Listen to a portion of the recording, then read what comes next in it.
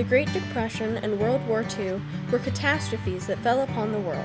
The Great Depression was brought on by a surplus of goods following the First World War. America's producers continued to pour out goods into the international marketplace, knowing that any stop in the flow of production would result in laying off millions of employees and losing the already dwindling profits of the previous years. Jobs were created nationwide to aid the war effort, and when America's women, children, and minorities weren't necessary in the workplace anymore, they were fired and had no way to help to provide for their families. America fell into a national depression following the massive business closures. Rumors of bank failure raised panic, and Americans flew to banks to withdraw whatever saved money they had. The flurry of money withdrawals resulted in a global depression that spawned off of America's Great Depression and the hasty decisions that individuals made themselves, causing the problem they'd hoped to avoid in the first place.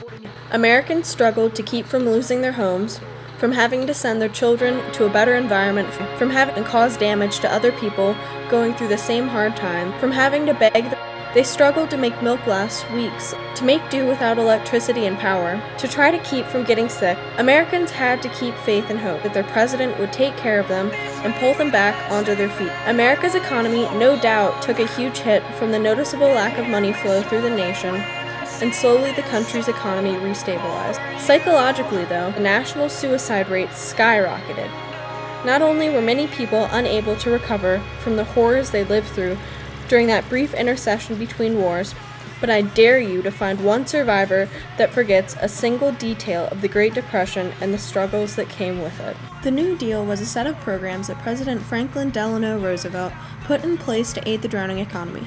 The economic depression dragged everyone under, wealthy and poor alike, and it was the duty of FDR, who served as president from 1933 to 1945, to create a set of plans and programs that would serve as a helping hand to anyone in need. The Dust Bowl of Oklahoma, Kansas, and northern Texas was caused by heavy winds and severe soil erosion. This, combined with the economic struggles, obliged many to relocate to other parts of the country.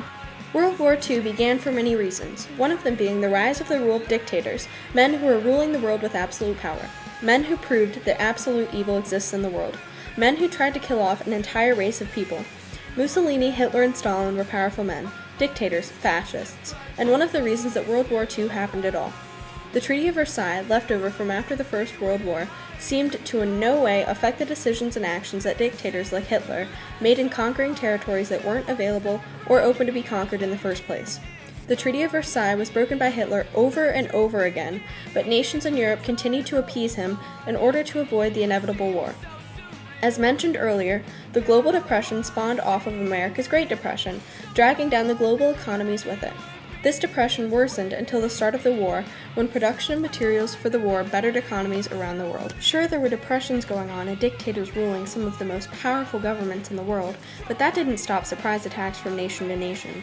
Pearl Harbor, Hawaii was attacked on December 7, 1941, by the Japanese. Japan was attempting to stop an attack against them by attacking America. After the surprise attack, America got revenge on Japan by attacking and conquering powerful Japanese islands and territories in the Pacific.